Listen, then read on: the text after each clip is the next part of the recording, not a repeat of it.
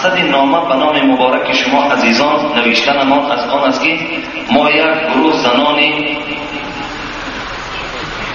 محکوم شده درباره یک برادر نهایت گرامی قدر حاجی میرزا معلومات پیدا نموده، ثبت‌ها و دیسک‌های امر معروفی نموده ایشان را گوش کرده که خوشنود شدیم و کمی هم باشد از چی بودنی گناه و ثواب خبردار شدیم. اینا زنایی هستند که در ترمه هستند، همونو مکتوب روان کردن. برادری عزیز شاید نامه مرا گرفته حیران شوید، البته ما از روی نافهمی و گمراهی امروز گرفتاری محبت گردیدیم. اکنون از رفتار و کردارهای ناشایسته خود خیلی پشیمانیم. اگر شما از ریختن موی سر بیریشی فردگی خرابی و یا درد دل، درد گرده، درد معده،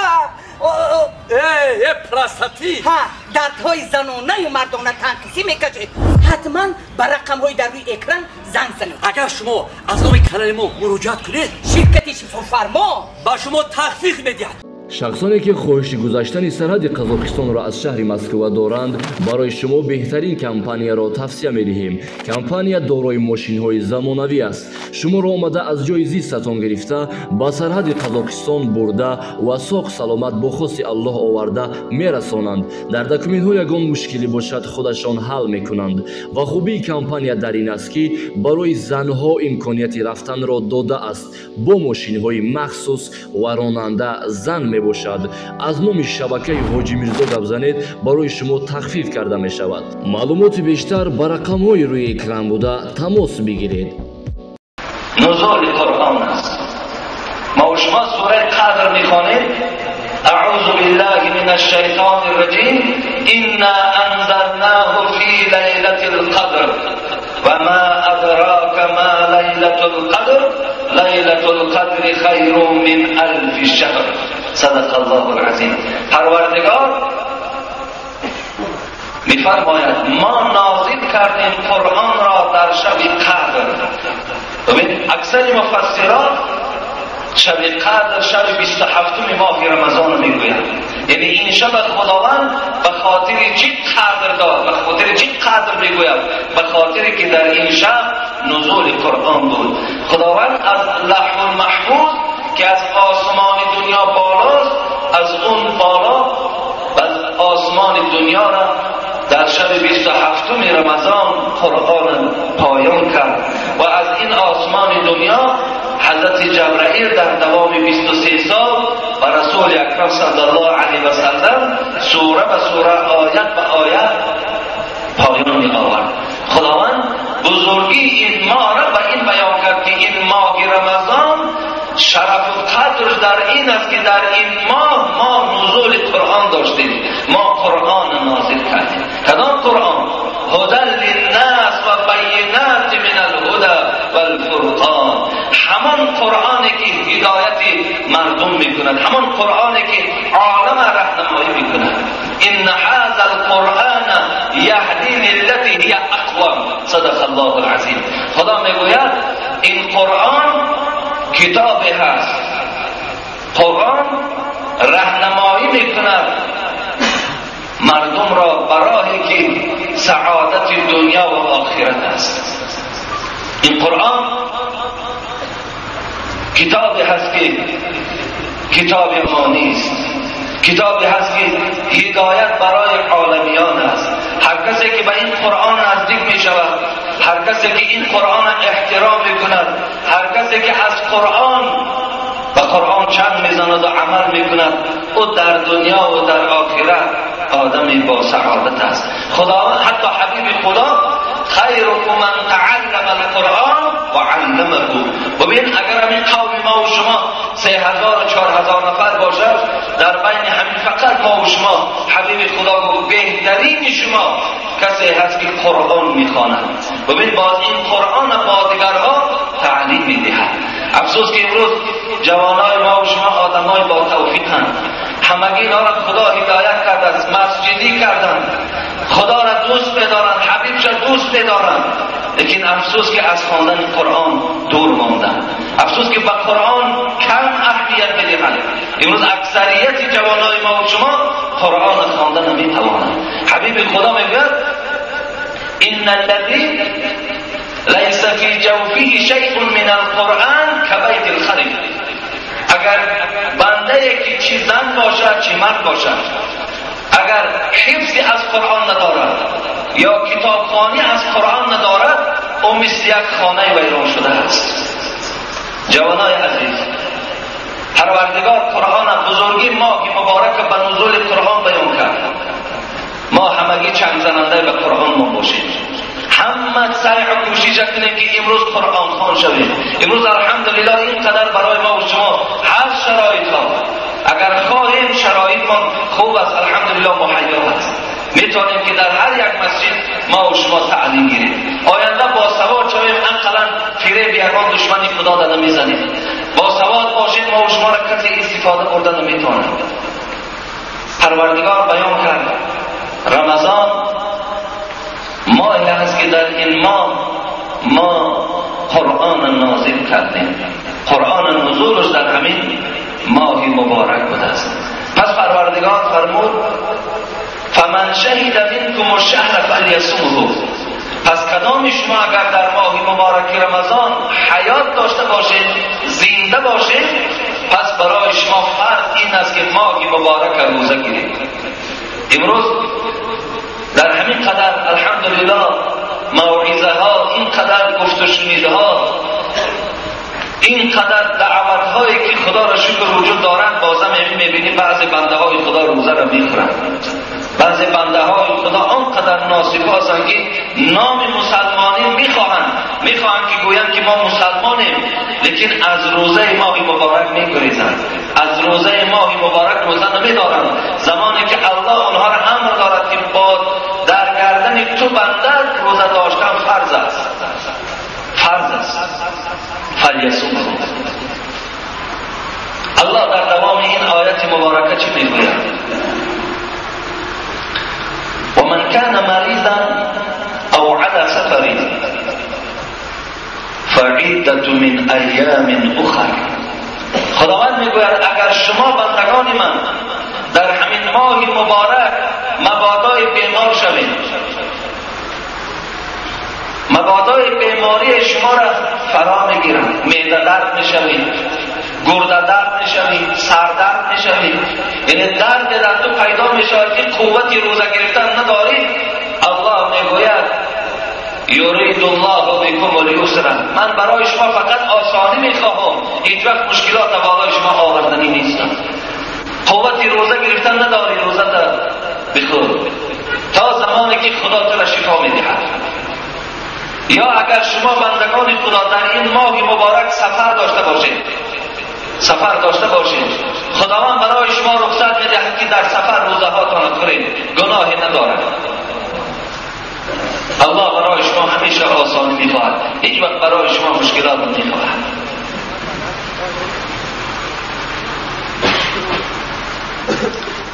فقط از شما برادرای عزیز همین خواهش من همین است که روزدار هستیم. حبیب خدا فلا یرفث ولا یسخط. در ماه مبارک یکدیگر را دشنام ندهید. سخنهای بی معنی و ناشایم از زبانهاتون صادر نشود، زیرا که در روزه شما بسیار خلل کلام دارد، در روزه شما بسیار ضرر کلام دارد. سوال و جواب ها را انشاءالله شروع میکنم. الحال یک چند خواهر اسلامی من بیرون کوچه از من مکتوب دادن که همین ها را اولا خوانده دهید.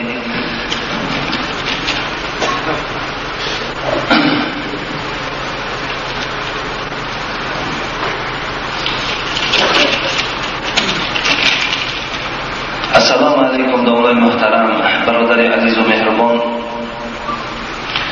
وقتی که صدای شما رو میشنوم از شادی بسیار به هیجان می آیم و خواهش دارم که همین جمعه جواب مکتوب من را گردانید. اینجا در خواهر عزیز نام دو دامولا را گرفته است. راستی بار ما از خواندن نام این دامولاها البته دور می‌ایستیم، فقط آوازه بود است که یک داملا را اینجا نامش گرفتن که به اجازت پدر و مادر دختر و دخترهای اونها را شوهر میدهد، بچه های اونها را زن میدهد. راستی بار در حق داملا تهمت های خیلی زیاد است، لیکن برادرای خیلی عزیز و گرامی، از همه شما یک خواهش برادرانه من همین است که زبان از غیبت عالم ها دور دارید. هیچ وقت به اهل علم، هیچ وقت به پیشواها زبان درشت، زبان تهمت نکشایید. و این داملا هم البته این حقوق هم ندارد که دختری هر کسی را که خواهد در هر کس دادن گیرد، یا بچه هر کسی را که خواهد زن دادن گیرد. این کار داملا هم نیست، مگر من گمان میکنم که و این شاید دلالت کرده باشد که کدام شما اگر دختری به شوهر دارین اعلام کنین تا که مثال مردم آگاه شوند، دخترهای شما را در بچه های خودشان تسلیم کنند. شاید همین قدر گپ باشد، از این زیاد دیگر چیزی نیست. و دویم اینجا داملای دیگر هم این خواهر عزیز نام گرفتن که در موعظه ها بسیار سخنهای درشت استفاده میبرد و کلمه های بی حیانه را استفاده میبرد. خواهش از شما دارم که مقصد یعنی به همین دامله ها رسانین تا که از گفتار این کلمه های خیلی ناخوب دور ایستند. البته خواهر عزیز، الله در قرآن تمام واعظان، تمام پیشواها را سفارش می‌دهد ادعو الى سبیل ربک بالحکمت والموعظة الحسنه.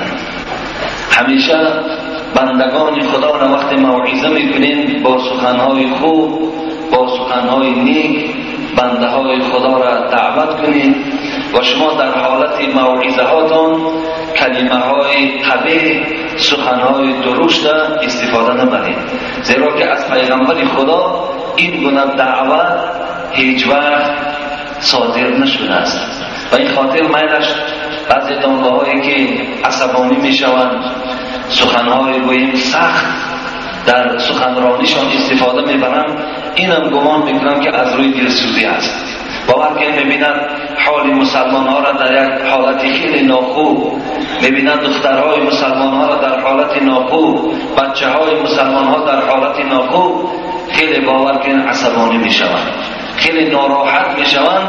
این از روی غمخواری اونها باور به صدا میدهند. این به خاطر دیگر یگان گویم که فعلی بدی اونها یا یگان غرض دیگر داشته باشند، فکر میکنم از این نیست، فقط همش از روی دلسوزی است. شما میبینید که وقتی که پیشواهایی که یگان سخنهای سخت میگویند، در حال بیچاره مورد فشار و مورد عذاب قرار میگیرند. آیا اونها میخواهند که مورد فشار و عذاب قرار گیرند؟ نه، لیکن به خاطر خدا و پیغمبر او این جمله های سخت استفاده میبرند. و این خاطر دادرای عزیز و خواهرای عزیز هیچ وقت ملال نشوید وقتی که از پیشواها گاه وقت شما صداهای مثال گویم که سخت یا یکان سخنهای قبیح را میشنوید، همه این از برای خدا هست، همش به خاطر دین هست. نمیکنند دیگر بعضی دامله هایی که گویم که امروز خاموشی را برای خود اختیار کردند، یعنی یک بنده خدا را دعوت کنند. برای دعوت کردن هم غیرت در کار، جسارت در کار. خب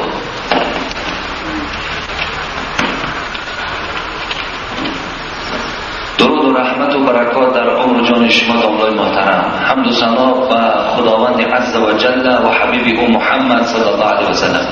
عذر دارم، از سبب مریض بودن معده هم امسال روزه نگرفتم. نمازهای 5 وقته و جمعه را به وقتش میخوانم و خواهم خواند. سوال تعجیلی، در حالت روزه‌دار نبودنم نماز تراویح را بگذارم یا نه؟ التماس در همین جمعه جواب دهید. برادر عزیز، چگونه که الان من در آغاز صحبت برای شما قید کردم، مادامی که این برادر ما بیمار است و روزه را به عذر خود ایستاده است، با طریق اولا نمازهای 5 وقته، نماز جمعه، حتی تراویح را هم آمده خواندن تو لازم و شرط است. بسیار درست میشد. البته تو در نگرفتن روزه در پیشگاه خدا گناهکار نیستی، زیرا تو عذر داری، مقصد بیمار هستی. از این خاطر تراویح تو البته با طریق اولاد درست است، خواندن دیگه. السلام علیکم وکیدالله حاجی مرزا، من یک خواهر اسلامی شما سوالی دارم. برای خاطر رمضان ما می توانیم که برای کسلی زنانه نشدن دارو استفاده بریم؟ یعنی زنان کسل زنانه دارن، خب برای خاطری که در رمضان مقصد بیمار نشوند. شما میدونید که کسل زنانه کمترینش 3 روز است، اکثرش 10 روز است. مقصد در همین ماه من بیمار نشوم گفته داروها هست استفاده میبرن، همون پیش راهی و یک ره میزنه میگیرد و این ماه باید بیمار نمیشود. خدا رحمت کند صاحب فتاوای محمودی را خدای نظر که از دارالعلوم زاهدان جمع مولوی ها همگی کتاب درست کردن، از تمام حدیث های پیغمبر خدا جمع کردن. حضرت در کتابش بیان میکند که اگر همین داروی استفاده میبرد همین زن، اگر به جسم او ضرر نآورد، درست است در رمضان دارو استفاده برد تا که بیمار نشود. درست است، فقط اگر در جسم او در جان او همین دارو ضرر نآورد. برای خاطر رمضان استفاده بردنش درست، برای پیشگیری برای کسل حج. حتی که خدا رحمت کند علمای ما برای مواسم حج هم زنها را اجازت دادند که مقصد حج میروند برای طواف خانه کعبه را در حالت حیض کردن که وارد مسجد ممکن نیست. برای خاطر حج اگر همون داروها را استفاده برند که بیمار نشوند درست است. دوم، مسافه مسافری چند کیلومتر هست؟ همین کتاب فتاوای محمودی را از مفتی رشید احمد خدا رحمتش کند دلیل آورده است که 77 کیلومتر خودش مسافه مسافری هست. در همین دوم کتاب فتاوای محمودی از یکم کتابش در کتاب صلات همین فتوا را محمود، یعنی فتاوای همین مفتی رشید احمد میارد که 77 کیلومتر شما از خانه بیرون شدید شما حکم مسافر دارید. سیوم، زن در جنت اگر 2 شوهر میکند آنها وفات میکنند، با کدام خود در جنت هستند؟ مثلا زنهای هستند در دنیا 2 شوهر میکنند، 3 شوهر میکنند، شوهرهاشون از دنیا میگذرند. روز قیامت البته زن همراه شوهرش در جنت است. اینا با کدام شوهر وارد جنت میشوند؟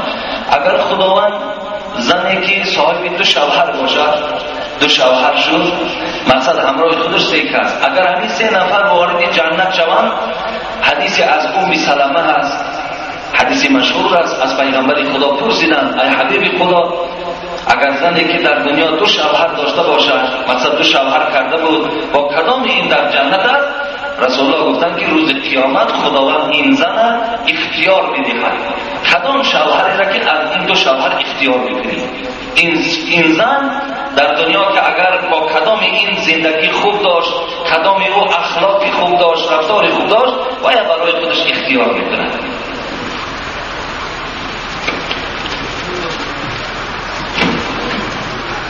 به نام خداوند بخشاینده مهربان، الحمدلله و صلات و سلام علی رسول الله و آله و اصحابه اجمعین. اما بعد، السلام علیکم و رحمت الله و برکاته.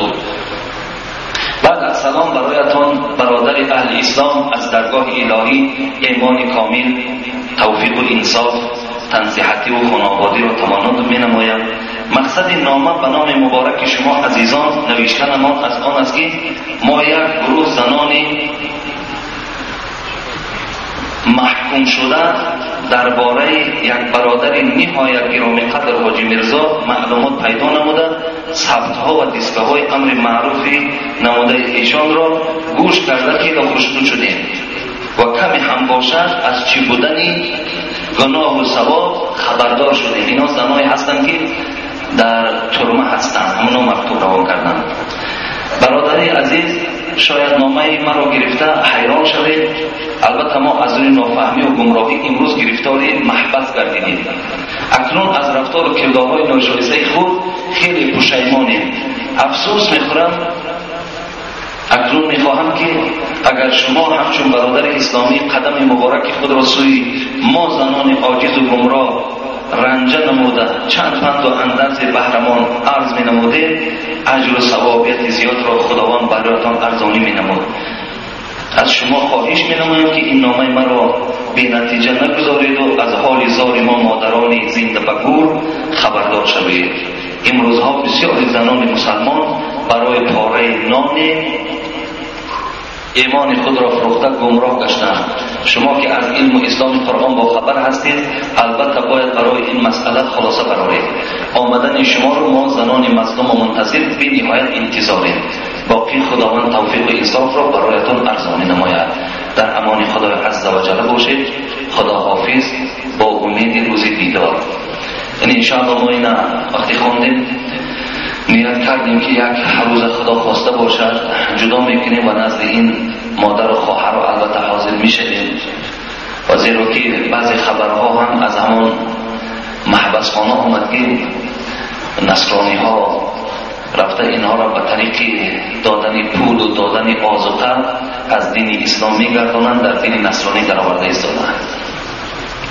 این خیلی البته گوییم مصیبت است، کوشش کنیم، ولی که اونها بیچاره در داخل محبسند، اونها گویم عذر دارن، احتیاج به پاره نان و احتیاج به پول دارن و این خاطر بعضی‌هاش ایمانهای خدا میفروشند. اگرچند این جنایت است، این گناه است، لیکن امروز بنده های خدا در همین آزادی حتی ایمان خدا فروخته است. در همین آزادی امروز بعضی نصرانی هایی که در شهرهای ما و شما جای گرفتن، فرزندای ما و شما را با آموختن یک علم کامپیوتر از دین اسلام بیرون میگیرن، در دین نصرانی میدارند.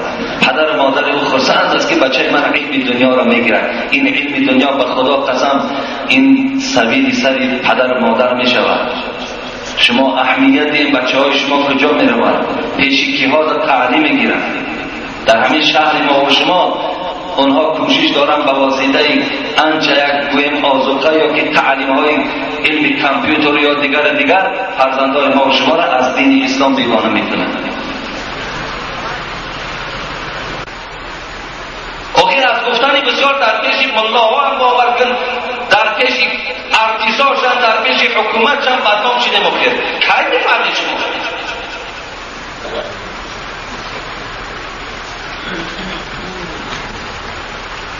بعضی رفیقای داشتیم حتی صاحب منصب شدن سلام نمیکنن، ختمالنام بود بد شده و با پشت نمی سخنی حق بد شده که اصلا دیگر من یکان رای بد ندارم، لیکن کی شما سخنی حق قبول میکنید؟ و مانده شده من گفتن باور تو درمان میکنن.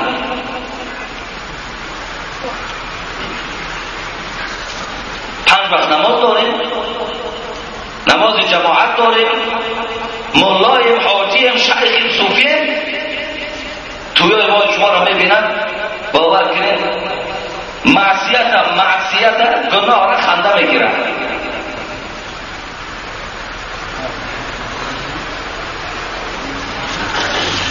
برای خواهر عزیز رفت آمد قد نکن، رفت آمد کردن بگی احترام خود خوشت آمد توجه بیاد. این از روی جهالت نافهمی بیچاره. انشاءالله روز از روزا خدا هدایتش میکنه. دعا کن که خدا هدایتش نمای گمراه است. سلام علیکم بابای حاجی مرزا، التماس با همین سوال من جواب دهید. برادر من کسل پوست است.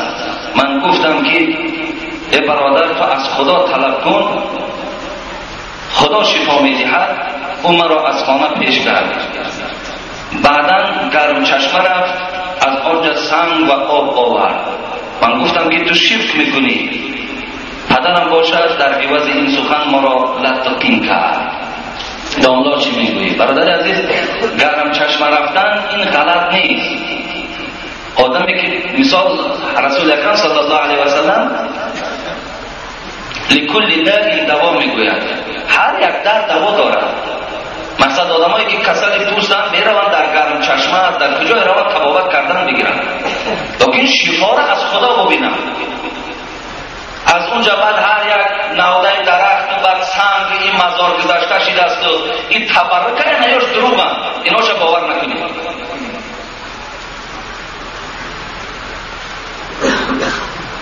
همه وقت شفا از خداست. خداوند شفا رو میبخشد. السلام علیکم و رحمت الله و برکاته. یک جوان زن دارد، تخمینا 3-4 سال شده است که فرزند نیافته است و با زن دیگر عاشق شده است و این زن بیوه و صاحب 2 پسر است. این زن بیوه با این جوان میگوید که زنی خودت را سر میدی بعد من به خانه میآیم. زن یکم را پیش کرده است و اما او را طلاق نداده است. میخواهم که جوابش را از شما شنوم. همون جوان در همین مسجد شما نماز میخواند. خیلی مادام زنی بیوه را گرفته است، 2 فرزند دارد. این گناه نیست گرفتن زنی بیوه گرفته است. زن اولا که از خانه پیش کرده است بعدش طلاق شده. طلاق دادن اگر که برای تو مثال زندگی نداری نیت با او طلاق شده، نیت داری زندگی بیار زندگی تا کردن بگیر. از همین 2 راه تاش انتخاب کن. بسیار از جوانایی که دختراشون 3 سال و 4 سال بیچاره در خانه طلاقشون میکنن. طلاق شروع کنید. این هم یک نامردی است. بگذار بایم شوهر که مدرود باز زندگیش ببینن. چگونه ای که تو فرداش در زن گرفتی وایم بیچاره باز همون عدهش که گذشت رفته شوهرش کردن میکنن. این چی باقی ندارد این.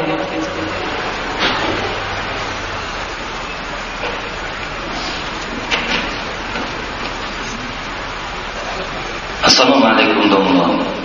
زن گرفتن فرض است یا سنت؟ اگر فرض باشد یا سنت دلیلش چیست؟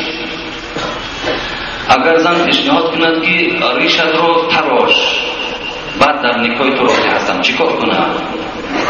یا میگوید که خانه به نامم بگیر بعد نکاح کن. خیر مسئله خانه گرفتن ده ولی بسیار جوانا بسیار برادرای هستند که میگوید وقتی کدام زنی را که میگویی که مثال بیا در نکاح من درون میگه اول خانه تا بنامم کن و معنیش چی گفتی؟ و تو زن گرفتن میتوانی خانه بنامی او گذارونی جنایت داری و فقط هم ای دنیا گذاشتی برای بچه های تا ای خانه پیش میکنم کجا رو برد و حق دارد یک خانه را بنامش کن و زن تو لازم بوده زن داشتن در کار بوده در زن داشتن وقت خوش بوده پس چرا برای خانه جدا نمیکنی؟ بگذار صاحب خانه باشد یکان گناهی ندارد. خب خیلی دویم سوالش جواب گفته بودیم. زن گرفتن سنت است. سنت است یا فرض گفته است. دلیلش در چیست؟ دلیلش حدیث پیغمبر خدا هست. با 3 صحابه میگن از خانه رسول اکرم آمدن، راوی حدیث میگن که نمیدونیم کدام زن پیغمبر بود و پرسیدن از عبادت پیغمبر. پرسیدن پیغمبر چه خانه در عبادت میکنن؟ مقصد خواستن که عبادت های خانه بودگی پیغمبر آموزن و از همون چیکار کنن در خانه های خودشون عملی گردانن. وقتی آمدن گوش کردن گویم هر 3 اینها به یک خلاصه آمد. مقصد عبادت پیغمبر خدا را شاید که ناچیز شمار یعنی کم بود عبادتش و با یک دیگر گفتن خیلی باید پیغمبر است برای خدا اول و آخر گناهش بخشیده است و یکی از اونها چی گفت؟ گفت من ابدی روزه میگیرم هیچ وقت روزه من نمیشکایم. دیگرش گفت من همه شب خواب ترک کردم همیشه با عبادت میستم. دیگر گفت من هیچگاه زن نمیگیرم. نزد همون زن پیغمبر گفتن از خانه پیغمبر بیرون شدن. وقتی پیغمبر خدا آمد این زن و پیغمبر خبر داد که 3 نفر آمد همچنان